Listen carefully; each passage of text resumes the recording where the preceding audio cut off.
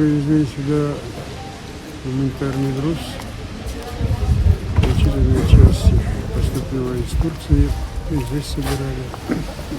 Я думаю, долг всех украинцев всегда помнить о Буче, думать о Буче, помогать Буче.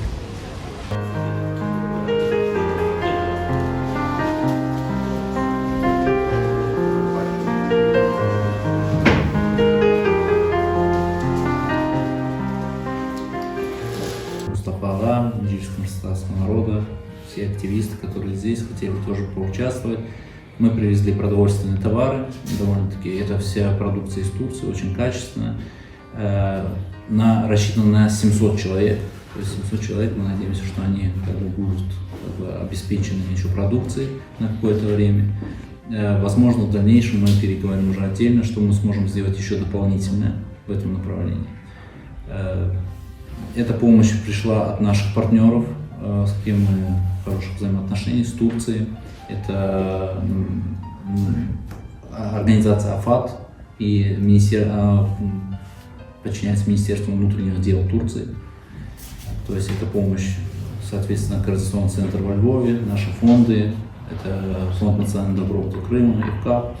И все волонтеры работали над тем, чтобы это было не только в Бучі, а в тех регионах, где больше всего пострадали люди. Допомогу ми навіть отримуючи, тому що Буча на слуху, ми переадресовуємо в ті регіони, які вже надпотребують, виходячи з того, що там дійсно довгий період часу стояв російський окупант і практично зруйнував все.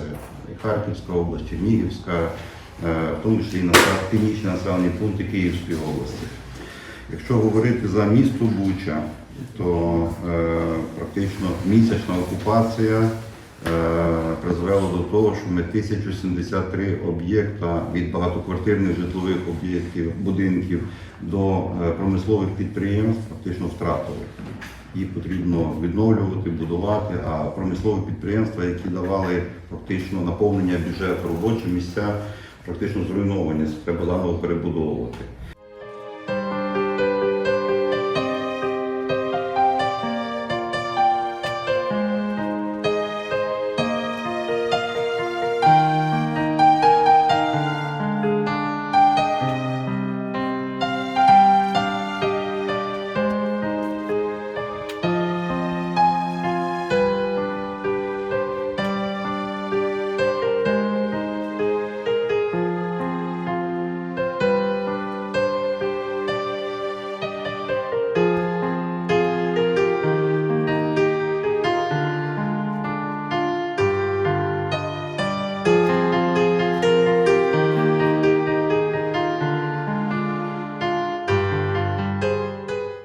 Сама Буча, но вокруг Бучи пострадало очень много сел. Буча является центром ОТГ. Соответственно, мы договорились с головой Бучинского ОТГ, что мы передадим, мы сейчас сегодня привезли 170 коробок, это на 170 семей на неделю хватит пропитания. Потому что до сих пор пока, к сожалению, в районе Бучи не работают маркеты, не работают сети, и люди нуждаются в пропитании, и мы именно фокусировались на пропитании, которые крупы, масло и различные там типа сладости, изюм и халва, для того, чтобы у людей было полноценный рацион.